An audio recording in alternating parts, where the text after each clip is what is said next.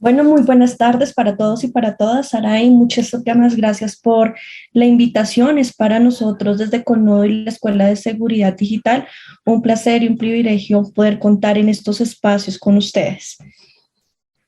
Bueno, me va a permitir compartirles una presentación para tocar el tema que nos concierne el día de hoy. Si ustedes me lo permiten. Aquí contamos con cuáles serían esas estrategias para prevenir la violencia en el ámbito digital, sus recomendaciones y desafíos. El tema es muy amplio, voy a tratar de resumirlo un poco, trayendo como referencia la situación actual en la que nos hemos visto con toda esta evolución, con todo este tema dado de la pandemia. Si bien hace ya algunos años veníamos incorporando mucho más la tecnología de lo que antes lo hacíamos en cada una de las tareas que realizábamos, ahora con todo el tema de la pandemia creo que se dio un vuelco mucho más grande y en algunas ocasiones se forzó a hacer algunas tareas incluyendo la tecnología cuando en su momento antes no se lo hacía. Esto se podría decir acá que la pandemia aceleró ese crecimiento que se venía dando desde el 2016 para acá acerca de cómo los jóvenes tenían un acercamiento con la tecnología. Aquí, ya viendo el tema de que quedamos en pandemia, ya digamos que los colegios, la parte de educación, forza un poco a los padres, a los estudiantes, a que se conecten de una manera virtual para poder seguir pues con su escolaridad y con todo el tema a nivel educativo.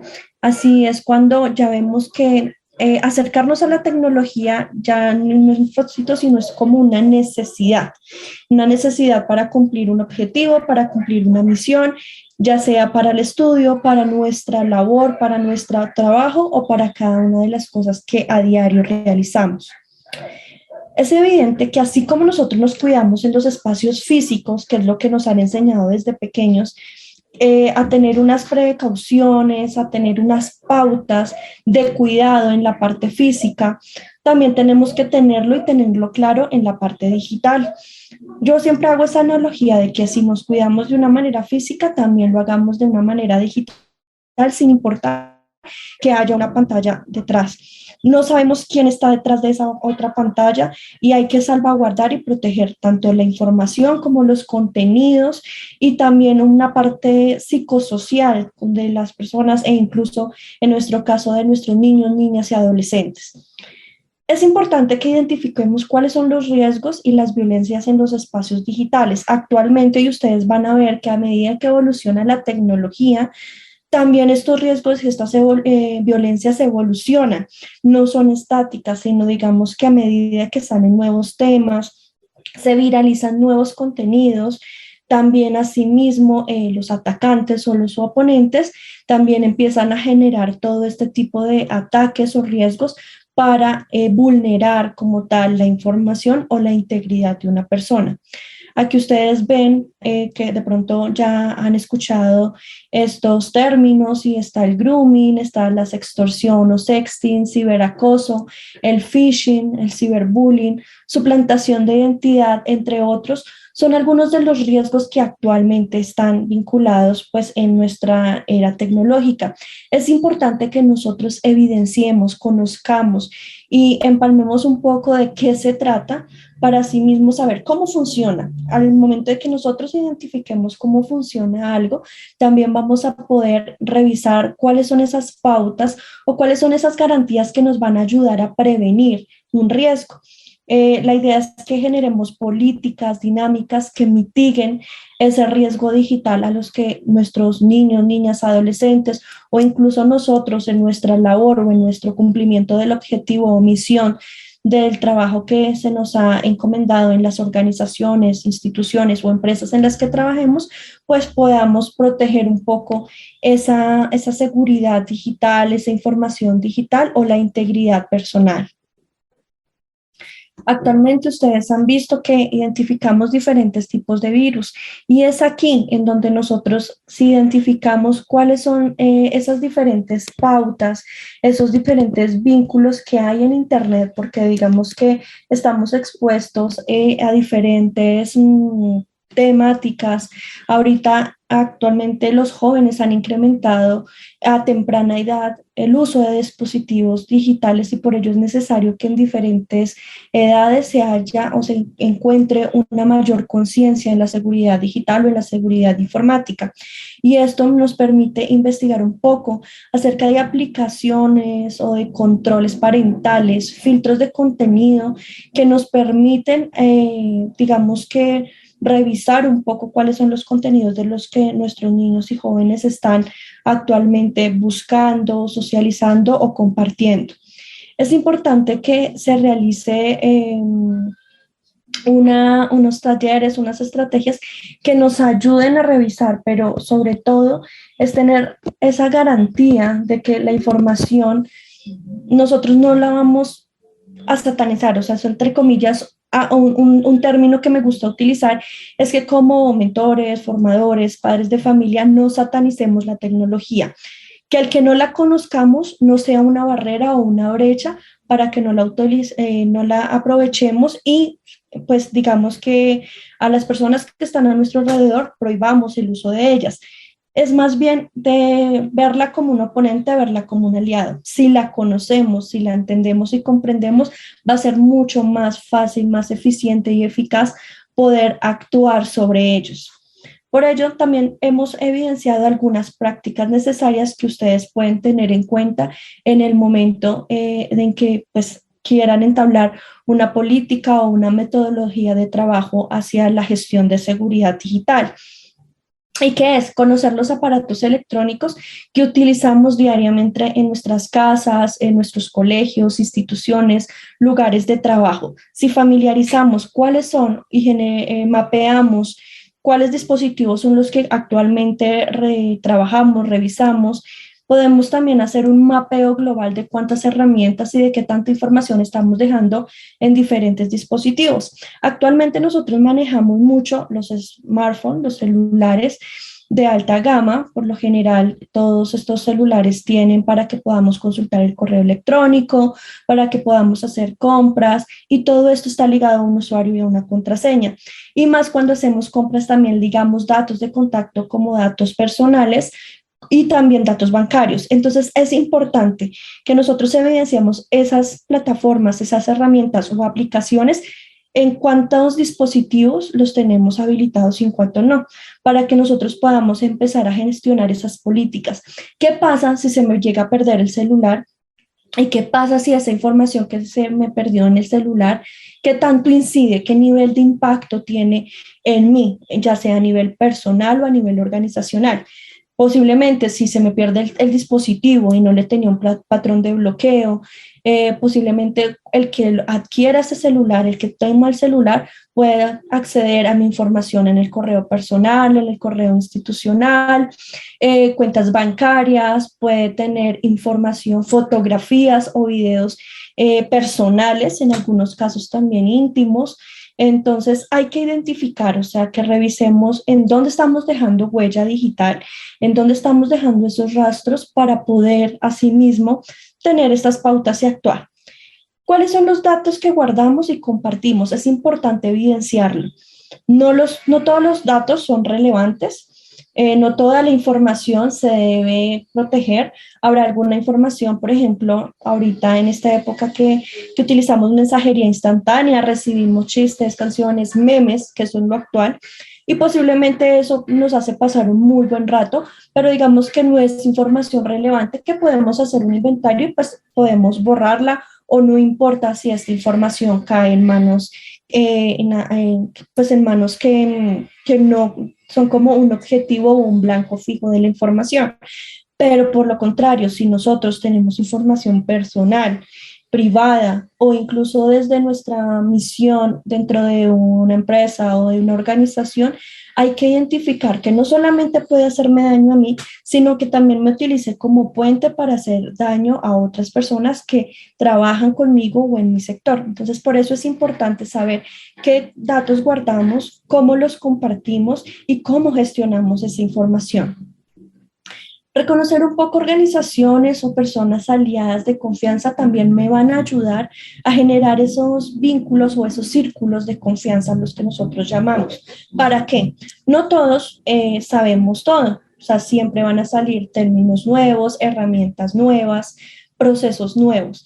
El saber y el tener un círculo de confianza con otras personas que posiblemente ya conocen esto, me va a servir a que ellos ayuden y sean focos replicadores de información.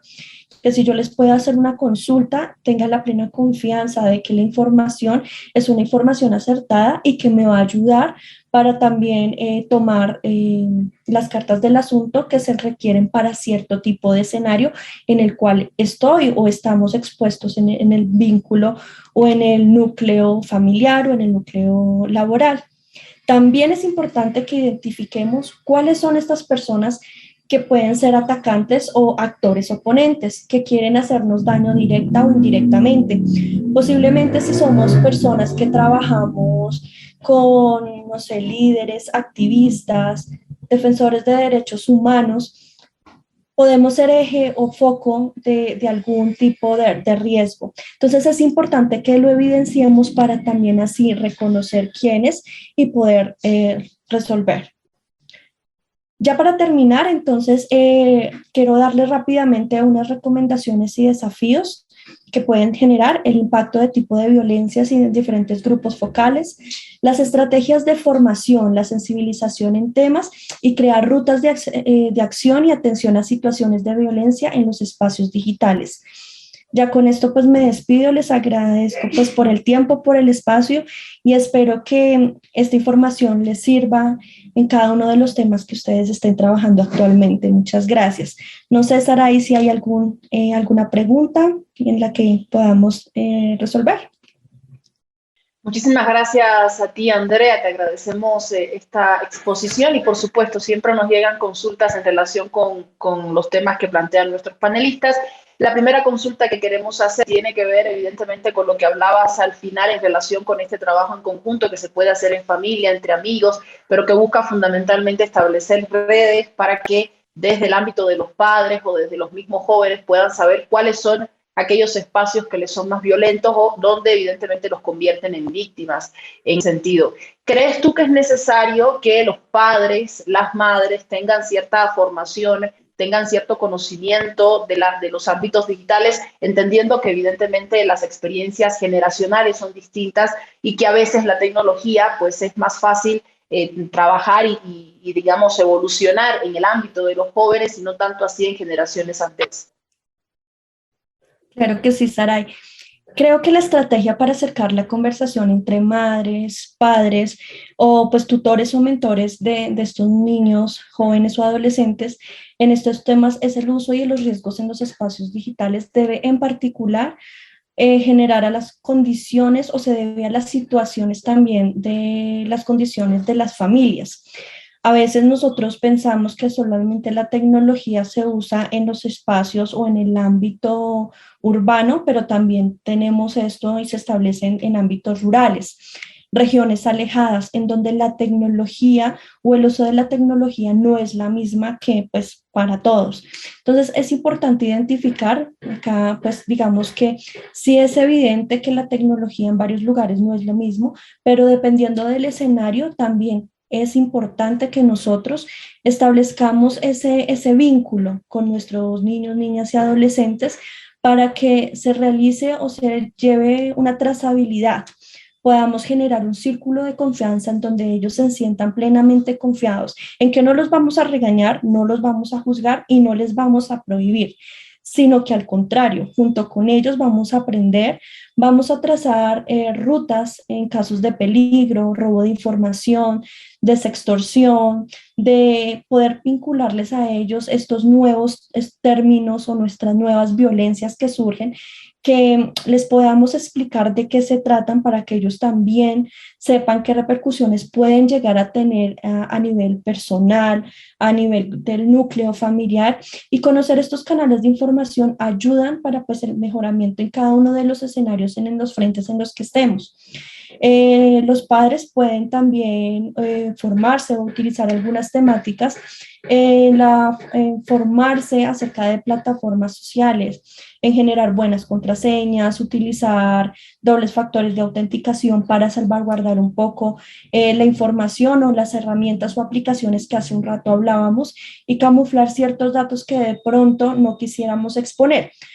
¿A qué se debe esto? Actualmente ustedes saben que cuando se conectan nuestros niños, niñas a dispositivos móviles o al computador, hay plataformas para juegos, y muchos de estos juegos también a veces permiten que se haya una creación de una identidad, un usuario y una contraseña. Entonces, evitar que de pronto haya una pérdida de información, un robo o suplantación de identidad, o incluso muchos de los juegos también pueden pedirnos datos bancarios para hacer la compra de ciertos módulos para avanzar. Entonces, es importante que establezcamos esos controles y que les hagamos un acompañamiento pues muy junto para saber ellos en qué están realizando, cuáles son los temas más relevantes para ellos, pero como les digo, no satanizar un poco la tecnología, sino identificar con ellos cuáles son los riesgos y junto con ellos crear esas políticas o esas pautas seguras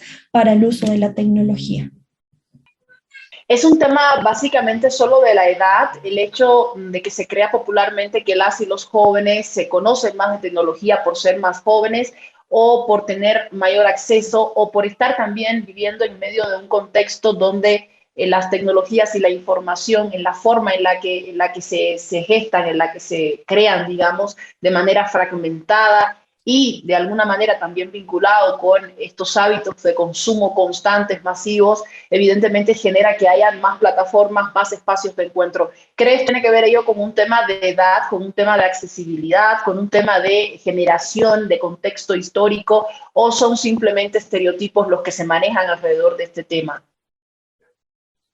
Bueno, de pronto complementando un poquito con la pregunta anterior, yo creo que, bueno, sí está limitado un poco por la accesibilidad. No todas las familias cuentan con dispositivos. A veces hay hogares en donde tenemos un solo computador o un solo smartphone, y el acceso pues a ello pues evidentemente va a ser un poco más limitado frente a otros grupos familiares en que cada uno de los miembros cuentan con un dispositivo aparte.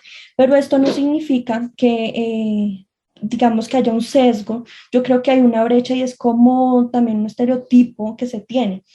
Actualmente, y a mí me gusta hacer mucho esta analogía o mostrar mucho esto, porque cuando nosotros vemos a un niño pequeño que coge un celular, a veces nos sorprendemos y decimos, wow, o sea, ¿cómo tan pequeño puede abrir videos en YouTube, puede abrir juegos? Y nos sorprendemos y decimos, no, ya vienen con el chip, ellos ya saben. Y a veces como adultos erramos en decir, no, yo no sé, tome, ayúdeme. Y no debería ser así, debería ser al contrario, nosotros formarlos y ayudarles a ellos. ¿Cuál es la gran diferencia que tenemos? Que los niños o las niñas no tienen miedo a explorar herramientas, no tienen miedo a utilizar todos estos dispositivos. Ellos lo toman y sin miedo a dañarlo o sin miedo a saber qué encuentran, ellos empiezan a utilizar la herramienta, y es así como ensayo de error encuentran y saben cómo funcionan las cosas.